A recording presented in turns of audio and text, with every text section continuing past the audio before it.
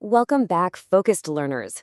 I am absolutely thrilled to bring you today's explainer because we're looking at one of the most mechanically fascinating, surprisingly adorable, and literally utterly lethal character builds in the whole game. Now, if you've played MMOs for any amount of time, you already know the traditional frustrations of using poison. Usually it's just this incredibly slow damage over time effect, right? And even worse, half the game's bestiary is just flat out immune to it anyway. Well, today we're going to look at a truly brilliant solution to that exact problem: the Vile Chemist. But first, we really have to address the elephant in the room. As a veteran player, you're probably looking at this and thinking, okay, why on earth would I build a character entirely around poison damage when I have to fight hordes of undead, iron golems, and elemental constructs? And you know what? That is a completely valid skepticism. For most classes, fighting an immune enemy with a poison build is, well, it's basically like hitting a brick wall with a wet noodle.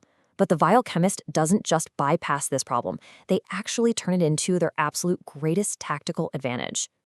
Okay, let's dive into this. We have a highly structured path today to demystify this uniquely potent build. We're going to cover the alchemist context, the Vile Chemist core abilities, your equipment arsenal, maximizing survivability, tactics against immunity, and finally, a quick Vile Chemist versus Ninja Spy showdown. Starting with Section 1, the alchemist context, the foundation of the build. To really understand the Vile Chemist, we first need to place it within its native ecosystem, which is the premium alchemist class. The alchemist casts spells using this really unique primer and reaction system, literally mixing different colored spells to create massive buffs.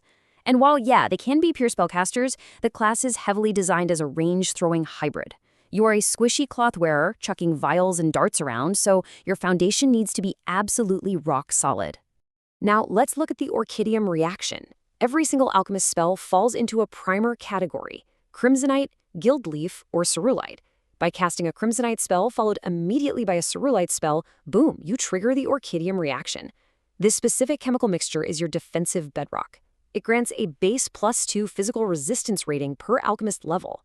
So to put that into perspective, at level 20, you're walking around with a free 40 PRR, plus matching elemental resistance.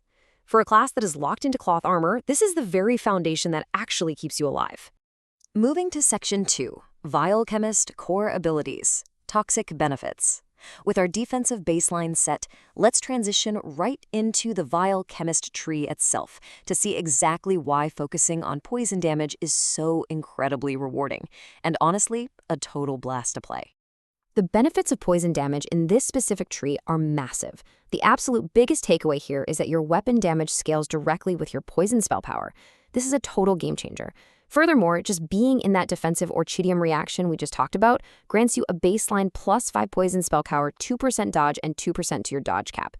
Then you add in the venom affinity enhancements, and you are stacking immense amounts of spell power that translates directly into raw weapon damage, all while applying nasty stacking debuffs to your enemies. So the crucial point here really comes down to the poisoned coating core ability. From level 1, your simple weapon attacks are completely infused with this toxic energy. You're dealing an additional 1d6 poison damage on every hit. Now, I know 1d6 doesn't sound like a lot, but because it scales with 100% of your poison spell power, that tiny 1d6 quickly inflates into massive, consistent damage. Every single tiny drop of venom is going to hit like an absolute truck. All right, Section 3, Equipment Arsenal. Simple but deadly. Now, to get that crazy damage, you have to follow the rules. Let's look at the highly specific but immensely satisfying equipment setup required to unlock this tree's maximum efficiency. Let's break down the somewhat rigid, if this, then that, gear rules of the Vile Chemist. You absolutely must hold a simple weapon in your main hand. In your offhand, you have a few choices. You can hold another simple weapon, an orb, a rune arm, or literally absolutely nothing. Do this, and you magically unlock massive bonuses from enhancements like hidden blades and fatal poison, netting you extra imbue dice, double strike, and massive critical damage multipliers. But if you get greedy and equip a martial or exotic weapon, you lose all of this massive synergy. You're a chemist, not a barbarian, so definitely stick to the simple tools. And speaking of simple tools, let me share why darts are the absolute undisputed champion of this entire build. The Fatal Poison enhancement gives simple weapons a +1 competence bonus to critical range, which is great, but for darts, that bonus jumps to an incredible +2. You're basically taking these tiny, cute little projectiles, coating them in absurdly scaled poison, and turning them into devastating weapons of mass destruction. It's this adorable, super nerdy aesthetic that just completely obliterates health bars. Section 4. Maximizing survivability, the armor of a chemist. Now, obliterating health bars doesn't really matter if you're dead, right? We need to address the obvious problem of how a cloth-wearing, dart-throwing hybrid actually survives the absolute chaos of mid-range combat. Let's see how all of this comes together to create your unkillable defensive stack. We already know the Orchidium reaction gives us really high PRR and dodge. Next, we layer on Stiffened Skin, which is a Cereulite spell-like ability that gives you a scaling deflection bonus to your armor class. Then, because we're smartly holding an orb in our offhand to satisfy our strict weapon rules, we activate Stone of the Subliminal to gain permanent blur. That's a flat 20% miss chance right there. Finally, the Tier 5 Brushed Aside enhancement grants the Defensive Roll feat, allowing you to actually have incoming damage when you drop below 20% HP. You literally evolve from a squishy target into a beautifully shielded powerhouse. Section 5. Tactics against immunity, stripping defenses. Now for the absolute climax of the explainer. We're fully buffed, our darts are lethal, but a totally poison-immune Iron Golem is charging right at us. It is time to explicitly solve the problem of those pesky immune enemies. Here is your elegant, super effective, tactical boss fight rotation. Step 1. You cast the Wave of Poison spell-like ability. The mechanics explicitly state that when you hit an immune target with this, they become vulnerable to poison damage for 20 seconds. Just like that, their immunity's gone. Step 2. You immediately follow that up with Poison Shot, a Crimsonite attack that inflicts the contaminated status. Step 3. With the enemy contaminated, you just spam your simple weapon dart attacks. Thanks to your enhancements, hitting a contaminated enemy actually stacks the vulnerable debuff on them, making them take 1% more damage from all sources, stacking up to 20 times.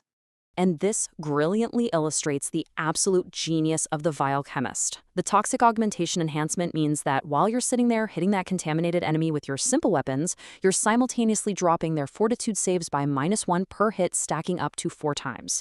So you aren't just doing raw damage, you're totally shattering the enemy's resistances from the inside out, making them even more susceptible to your spells and your party's crowd control. It is just a flawless tactical loop. Section 6. Vile Chemist versus Ninja Spy. To truly appreciate how unique this setup is, let's introduce a quick side-by-side comparison with another really famous poison user in the game, the Monk's Ninja Spy tree. This is going to solidify exactly what makes the Vile Chemist's identity so uniquely superior.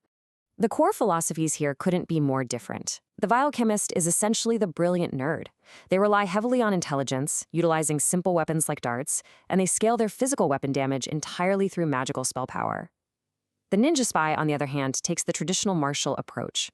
They rely on dexterity or wisdom, use martial key weapons like short swords or shuriken, and scale their damage through physical melee or ranged power. But here is the ultimate difference, the real reason where the alchemist reigns supreme.